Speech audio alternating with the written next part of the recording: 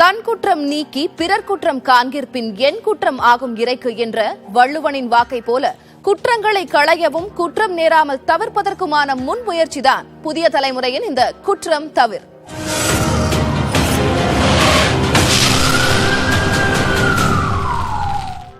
ஆசையே துன்பத்திற்கு காரணம்னு கௌதம புத்தர் சொல்லியிருக்காரு. 2500 ஆண்டுகளை கடந்த பிறகும் கூட பேராசையினால துன்பத்துக்கு உள்ளாகிறவங்க இருக்கதான் செய்யறாங்க. அப்படி பேராசையினால ஏமாற்றத்திற்கு உள்ளான பட்டதாரி இளைஞர்களை பத்தி இப்ப பார்க்கலாம்.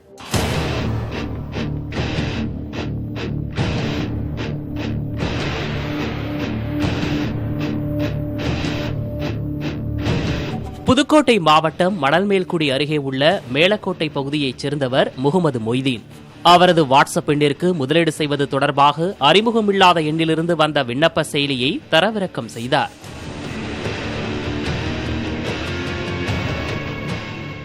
அடுத்ததாக வாட்ஸ்அப் மூலமாக தொடர்பு கொண்ட முன்பின் தெரியாத நபர்கள் தாங்கள் அனுப்பிய செயலி மூலம் முதலீடு செய்தால் அதிகமான லாபம் ஈட்டலாம் என்று ஆசையை தூண்டினர்.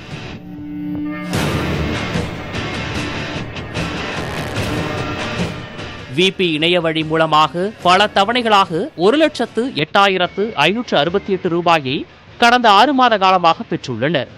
இதன் பின்னர்தான் முகமது மொய்தீனுக்கு அவர் ஏமாந்தது தெரிய வந்தது.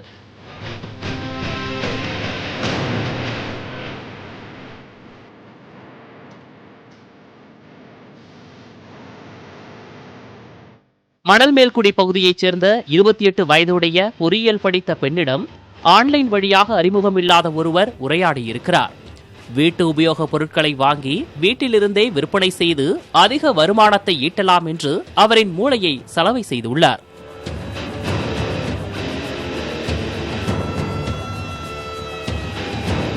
அதன் பின்னர் அந்த பெண்ணிடமிருந்து ஆன்லைன் பண பரிவர்த்தனை மூலமாக 2.80 லட்சம் ரூபாய் பல்வேறு தவணைகளாக பெற்று ஏமாற்றியுள்ளார்.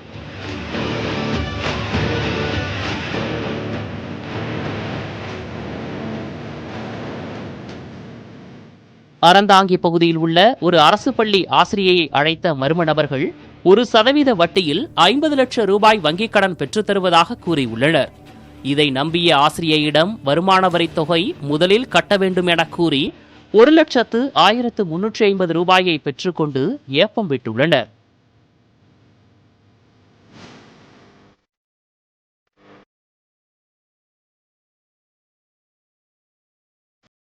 கந்தர்வக்கோட்டை அருகே உள்ள அரியாணிப்பட்டி பகுதியைச் சேர்ந்தவர் விவசாயி ராஜேந்திரனிடம் யாரோ ஒரு நபர் பேசியுள்ளார். இந்தியன் வங்கியிலிருந்து வேளாண் துறை அதிகாரி பேசுவதாகவும் வங்கிக் கணக்கை புதுப்பிக்க வங்கி எண் மற்றும் ஓடிபி எண் வேண்டும் என்று அவர் கூறி அவற்றை பெற்றுள்ளார். உடனடியாக ராஜேந்திரன் வங்கிக் கணக்கிலிருந்து 2,97,000 ரூபாயை திருடியுள்ளார்.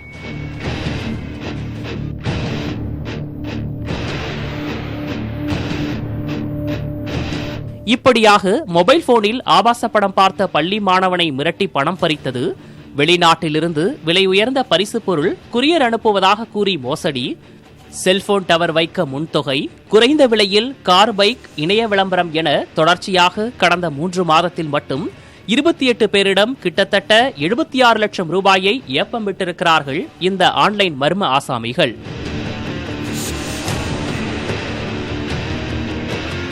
இதில் வேடிக்கை என்னவென்றால் ஏமாற்றப்பட்டவர்களில் பெரும்பாலானவர்கள் பட்டதாரி இளைஞர்கள். சமீப காலமாக ஆன்லைன் மோசடி சம்பவங்கள் அதிகரித்து வரும் நிலையில் கடந்த ஓராண்டுகளாக பார்த்தீங்கன்னா புதுக்கோட்டை மாவட்டத்தில் மட்டும் 28 பேர் சுமார் 76 லட்சம் ரூபாய் பணத்தை பறிகொடுத்திருக்காங்க.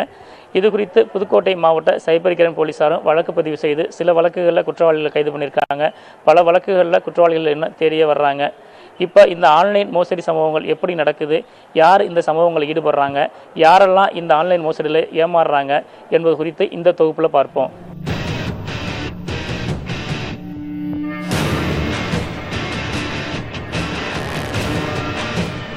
ஆசையை தூண்டி இந்த மோசடி கும்பல் தொடர்ந்து பலரையும் ஏமாற்றி வருவதாக போலீசார் தெரிவிக்கின்றனர். அவமானம் காரணமாக புகார் கொடுக்காமல் இருந்த நிலையில் விழிப்புணர்வு காரணமாக புகார் கொடுப்பவர்கள் எண்ணிக்கை தற்போது கணிசமாக அதிகரித்துள்ளதாக காவல்துறையினர் தெரிவிக்கின்றனர். படிக்காதவங்களோட படித்தவங்க இந்த செல்ஃபோன் ஆண்ட்ராய்ட் ஃபோன் யூஸ் பண்ணுறவங்க தான் அதிகமாக வந்து ஏமாறாங்க. ஈஸியாக அவங்க கையில் இருக்கவும் டக்குன்னு கூகுள் பே மூலமாக பணம் அனுப்பிச்சிடுறாங்க. அடுத்து இன்வெஸ்ட்மெண்ட் ஆப்னு இப்போ நிறையா இருக்குது. அது மூலமாகவும் இன்வெஸ்ட் பண்ணி ஒரு 2 மாதம் உங்களுக்கு வந்து குறைஞ்ச நீங்கள் அமௌண்ட்டு டெபாசிட் பண்ணிங்கன்னா உங்களுக்கு இன்ட்ரெஸ்ட் அதிகமாக தரும்னு சொல்லிட்டு கொஞ்சம் அமௌண்ட்டு கொடுத்துட்டு அதுக்கப்புறம் விக்டிம் அதிக பணம் கட்டினோன்னா அந்த ஆப்பே வந்து க்ளோஸ் பண்ணிடுறாங்க. அது மாதிரி உள்ளது இப்போ வந்து போயிட்டுருக்குதுங்க. பேங்க்லேருந்து அக்ரி ஆஃபீஸர் பேசுகிறேன், உங்களுக்கு லோன் சேங்ஷன் ஆயிருக்கு, உங்கள் அக்கௌண்ட் டீட்டெயிலை கொடுங்க அப்படின்னு KYC கேட்கும்போது அவர் அந்த ஒரு சமீபமாக நம்ம கந்தரக்கோட்டையில் நடந்த கேஸில் வந்து அவர் வச்சுட்டு அந்த பெரியவர் வந்து டீட்டெயில்ஸ் சொல்லலை, வச்சுட்டு ஃபோனை வச்சுட்டு போயிடறாரு. ஆனால் வீட்டில் இருந்த சின்ன பையன் அடுத்த ஃபோன் வந்ததை சின்ன பையன் அட்டன் பண்ணி 8th படிக்கிற பையன் அட்டன் பண்ணி பேங்க்லேருந்து மேனேஜர் பேசுகிறவங்களும் 19 தடவை OTP நம்பரை சொல்லியிருக்காங்க. அந்த கேஸை நாங்கள் இன்வெஸ்ட் பண்ணி பார்க்கும்போது 8 ஸ்டேட்டில் வந்து அக்யூஸ்ட் வந்து இன்வால்வ் ஆகியிருக்காங்க. வந்து ஒரு டிஸ்ட்ரிக்ட்டுக்கு ஒரு சைபர் கிரைம் போலீஸ் ஸ்டேஷன் வந்து நாமினேட் பண்ணியிருந்தாங்க. But இப்போ ரீசெண்டாக just a week back we got the orders saying that each police station shall be a cyber crime police station. அதுக்கு வந்து நம்ம ஒரு SSI plus 2 other ranks, 2 other police personnel each police stationக்கு nominate பண்ணியிருக்கோம். Online மோசடிகளை தவிர்க்க பொதுமக்களும் முழு ஒத்துழைப்பு அளிக்க வேண்டும் எனவும், யாரேனும் இதுபோல் தங்கள் பணத்தை ஆன்லைன் மூலமாக வந்தால் உடனடியாக 1030 என்ற எண்ணிற்கோ அல்லது www.cybercrime.gov.in என்ற மின்னஞ்சலுக்கு தகவல் தெரிவித்தால் இழந்த பணத்தை மீட்க முடியும் என்கிறார் புதுக்கோட்டை மாவட்ட காவல் கண்காணிப்பாளர்.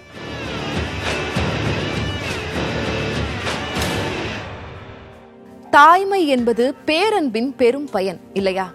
அந்த தாய்மையின் பெயராலேயே தனது சொந்த மகளின் வாழ்க்கையே சீரழித்திருக்கிறார் ஒரு தாய். என்ன நடந்தது?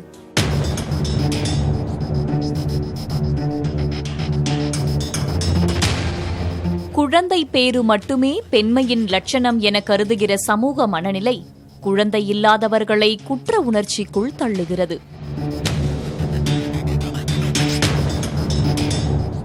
இன்னும் குழந்தை இல்லையா என்ற கேள்வியே அநாகரீகம் என்ற நவீன கருத்தாக்கம் வளர்ந்து வந்தாலும், மறுபுறத்தில் குழந்தை பேறு என்பதையே காசாக்குகிற ஏமாற்று கும்பல்களும் இருக்கத்தான் செய்கின்றன.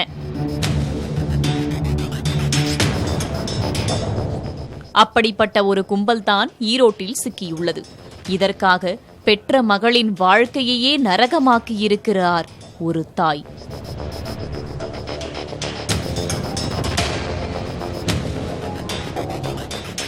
சிறுநீர் கட்டி, உடல் பருமன், நீரிழிவு நோய், மது, புகைப்பழக்கம் உள்ளிட்ட பல காரணங்களாலோ உடல் சார்ந்த காரணங்களாலோ இயற்கையான கருத்தரிப்பு சிலருக்கு இயலாமல் போகிறது.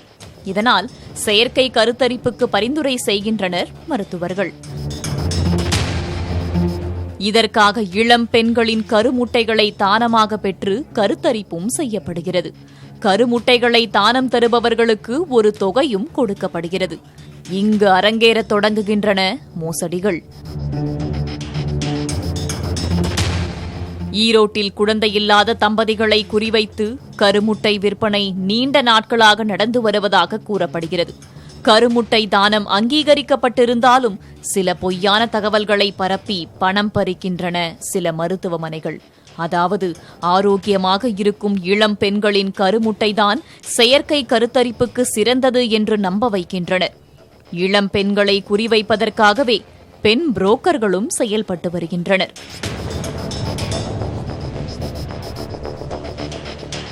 இப்படி புரோக்கராக இருந்து வந்த சுமையா என்ற பெண் தனது மகளின் கருமுட்டையை விற்பனை செய்துள்ளார். இதற்காக கடந்த 4 ஆண்டுகளாக ஆயிரக்கணக்கான ரூபாய்களை வசூலித்துள்ளார். அந்த மகள் பூப்படைந்த 12 வயது தொடங்கி தற்போது இருக்கும் 16 வயது வரை இந்த படுபாதக செயலை தொடர்ந்து செய்து வந்திருக்கிறார் சுமையா. உடலளவிலும் மனதளவிலும் செயலிழந்த அந்த சிறுமி அங்கிருந்து தப்பிச் சென்று தனது உறவினரிடம் நடந்தவற்றை கூறியிருக்கிறார். அதிர்ச்சியில் உறைந்த அவர் உடனடியாக ஈரோடு மாவட்ட காவல் கண்காணிப்பாளரிடம் புகார் அளித்தார்.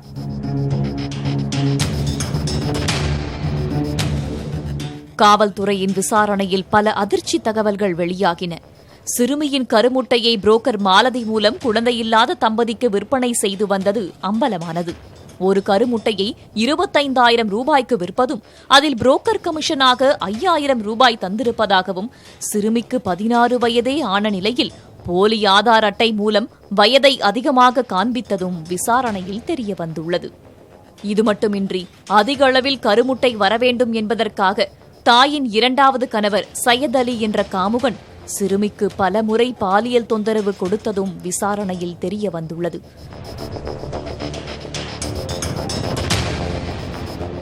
கருமுட்டை தானமாக கொடுப்பதில் உள்ள நடைமுறைகள் என்ன, ஏன் இவ்வளவு இளம் வயது பெண்கள் குறிவைக்கப்படுகிறார்கள் என்பது குறித்து விசாரித்தோம்.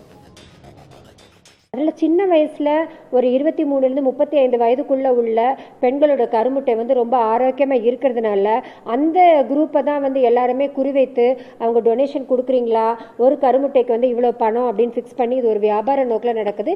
இது மிக மிக கண்டிக்கத்தக்கது.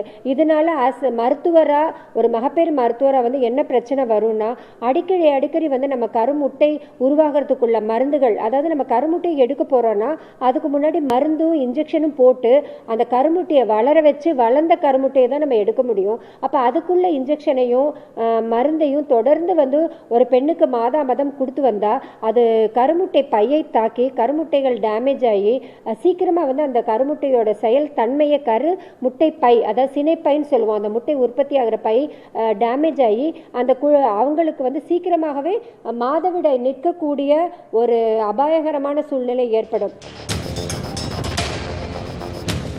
அரசு வழிகாட்டும் நடைமுறைகள் சரியாக பின்பற்றப்படுவதில் உள்ள சிக்கல்களை களைய இன்னும் சில நடவடிக்கைகள் எடுக்க வேண்டும் என்கிறார்கள் மகப்பேறு மருத்துவர்கள். கருமுட்டையை பெண்ணுடைய விருப்பம் இல்லாமல் எடுத்து அல்லது முறைகேடாக சட்டத்துக்கு புறம்பான வகையில் பயன்படுத்துகின்ற செயற்கை கருத்தரித்தல் மையங்கள் மீதாக பல ஃபைன் போடலாம், ஒரு பல லட்சங்கள் ஃபைன் போடலாம், சில மாதங்கள் ஒரு 10 லட்சம் வரைக்கும் கூட ஃபைன் போடலாம், சில மாதங்கள்லேருந்து சில வருடங்கள் வரைக்கும் சிறை தண்டனையும் கொடுக்கலாம். ஆக இந்த நேரத்தில் தேவைப்படுகின்றது ஒட்டுமொத்தமாக செயற்கை கருத்தரிப்பு மையங்களும் குழந்தையின்மைக்கான சிகிச்சையும் தனியார் துறையில் மட்டுமே இருக்கின்றன. சோ அது மிகப்பெரிய பிரச்சனையாக இருக்கின்றது. அது குழந்தை சிகிச்சையும் செயற்கை கருவூட்டல் போன்ற சிகிச்சை முறையும் அரசு மருத்துவமனைகளிலும் அனைவருக்கும் இலவசமாக கொடுப்பதற்கான நடவடிக்கைகளை தமிழக அரசு உட்பட அனைத்து மாநில அரசுகளும் ஒன்றிய அரசுகளும் கட்டாயமாக செய்ய வேண்டும். குறிப்பாக மருத்துவமனைகளில் கருமுட்டை தானமாக பெறும்போது கொடையாளர்களின் விவரங்களை உறுதி செய்யும் வகையில் கைரேகை பதிவு, ஆதாருடன் இணைக்கப்பட்ட வங்கிக் கணக்கில் பணம் செலுத்துவதை உறுதிப்படுத்த வேண்டும் என்கின்றனர். மேலும் தானமாக பெறுவோரும் நியாயமான முறையிலேயே பெறுகிறோம் என்பதை உறுதிப்படுத்தினால்தான் இதுபோன்ற மோசடிகளை தடுக்க முடியும். புதிய தலைமுறைக்காக பிரபாகரன் பெரியசாமி. யூடியூப பார்த்து என்னவெல்லாம் செய்யலாம்னு கேட்டா நமக்கு சொல்றதுக்கு நிறைய விஷயங்கள் இருக்கு. ஆனா துப்பாக்கி கூட தயாரிக்கலாம்னு மெய்ப்பித்து சிக்கிய இளைஞர்களுடைய வாக்குமூலம் காவல்துறையினரையே மிரள வச்சிருக்கு. அது என்ன வாக்குமூலம்?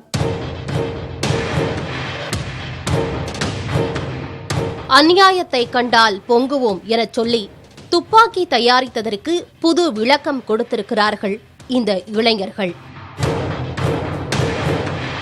சேலம் மாவட்டம் ஓமலூரை அடுத்த புளியம்பட்டி பகுதியில் கடந்த மாதம் 20ஆம் தேதி வாகன சோதனையில் காவல்துறையினர் ஈடுபட்டிருந்தனர். அவ்வழியே இருசக்கர வாகனத்தில் வந்த இளைஞர்களை தடுத்து நிறுத்த முயன்றபோது வாகனத்தை நிறுத்தாமல் சென்றதால் சந்தேகமடைந்த காவல்துறையினர் துரத்தி சென்று பிடித்தனர்.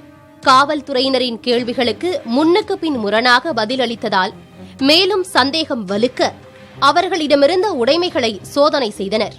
அப்போது அவர்களிடமிருந்த பை ஒன்றில் கத்தி, முகமூடிகள் மற்றும் பாதியளவில் தயாரிக்கப்பட்டிருந்த துப்பாக்கி ஆகியவை மறைத்து வைக்கப்பட்டிருந்தது கண்டுபிடிக்கப்பட்டது. இதனை அடுத்து 2 பேரையும் கைது செய்த காவல்துறையினர் விசாரணையை தீவிரப்படுத்தினர். சேலம் கிச்சுப்பாளையம் பகுதியைச் சேர்ந்த 24 வயதான நவீன் சக்கரவர்த்தி என்பதும் மற்றொருவர் செவ்வாய்பேட்டையைச் சேர்ந்த 24 வயதான சஞ்சய் பிரகாஷ் என்பதும் தெரியவந்தது. சிறுவயது முதலே ஒரே பள்ளியில் படித்து வந்ததால் இணைப்பிரியாத தோழர்களாக இருந்து வந்துள்ளனர்.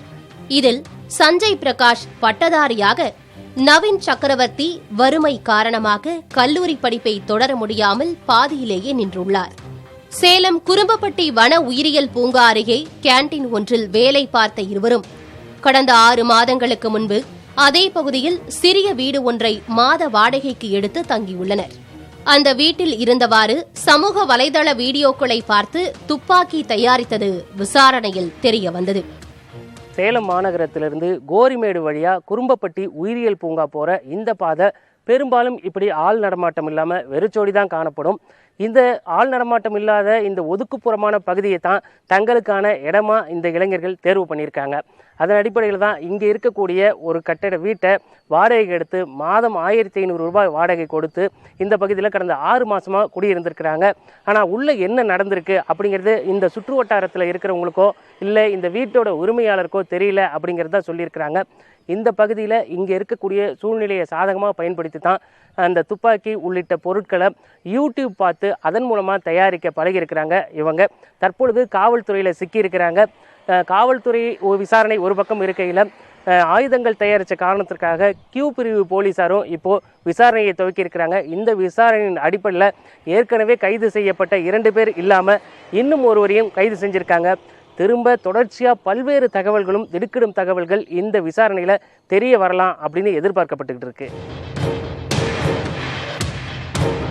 படிப்பில் புத்திசாலிகளாகவும் இயற்கை மீதும் ஆர்வம் கொண்டவர்களாகவும் நாட்டுப்பற்று மிக்கவர்களாகவும் இருந்த இளைஞர்கள் இயற்கையையும் மக்கள் உரிமைகளையும் காக்க புரட்சியாளர்களாக உருவாக வேண்டும் என்று தீர்மானித்திருந்ததாக காவல்துறையினரிடம் கூறியுள்ளனர். ஆனால் காவல்துறையினர் திருடர்களுக்காக விரித்த வலையில் இருவரும் சிக்கிக்கொண்டு தற்போது சிறையில் அடைக்கப்பட்டுள்ளனர். இளைஞர்கள் இருவருக்கும் ஏதேனும் அமைப்புகளோடு தொடர்புள்ளதா? ஆயுதங்கள் தயாரிப்பதற்கான மூலப்பொருட்களை எங்கே வாங்கினார்கள்? இவர்களை வேறு எவரேனும் பின்னணியிலிருந்து இயக்கினார்களா என்பன உள்ளிட்ட பல்வேறு கோணங்களில் கியூ பிரிவு காவல்துறையினர் விசாரணையை தீவிரப்படுத்தியுள்ளனர். புதிய தலைமுறைக்காக மோகன்ராஜுடன் பிரபாகரன் பெரியசாமி. ஆட்டோ சங்கரால கொல்லப்பட்ட 3வது நபர் ஒரு ஆட்டோ ஓட்டுநர். இந்த 2 ஆட்டோக்களும் மோதிக்கிட்டது எதனால பார்க்கலாம்.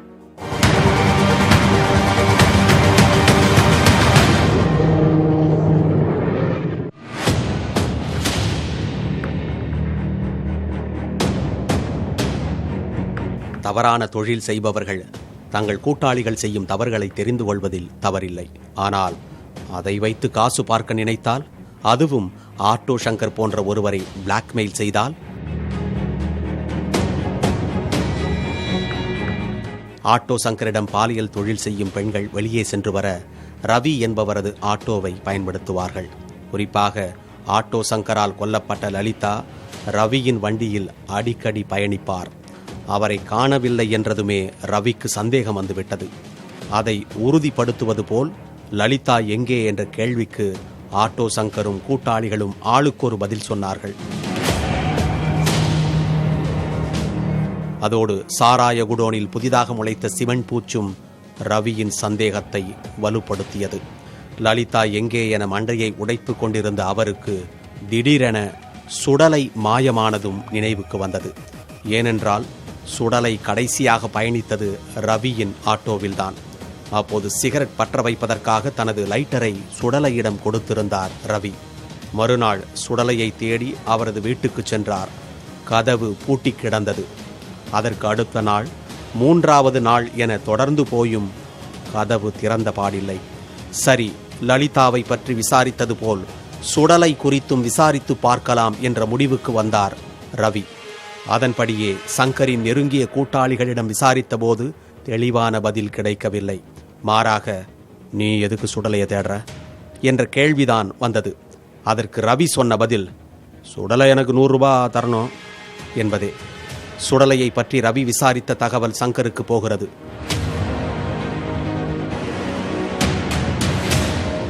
₹100 சுடலையை தேடுறான், அந்த பணத்தை நீயே கொடுத்துடு, சுடலை கொடுக்க சொன்னதா சொல்லி கொடு, அதுக்கப்புறம் என்ன செய்யறான்னு பார்க்கலாம் என கூட்டாளி ஒருவரிடம் சொன்னார் சங்கர்.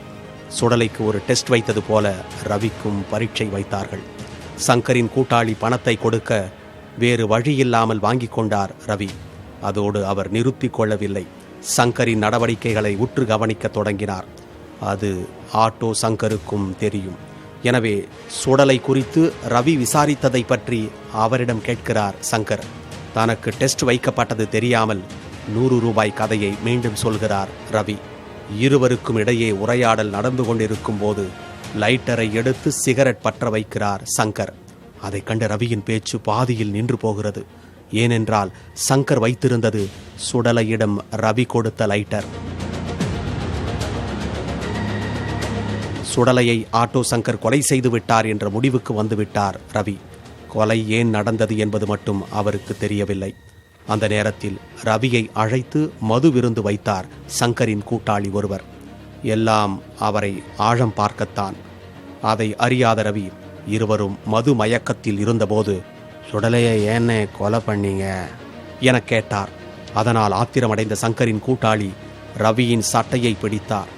எதற்கும் அசராத ரவி, லலிதாவையும் சுடலையையும் நீங்க எல்லாரும் தான் கொலை பண்ணீங்கன்னு எனக்கு தெரியும். ஒழுங்கா 2 லட்சம் ரூபாய் கொடுங்க, இல்லைன்னா கமிஷனர் கிட்ட போவேன் என கூறுகிறார்.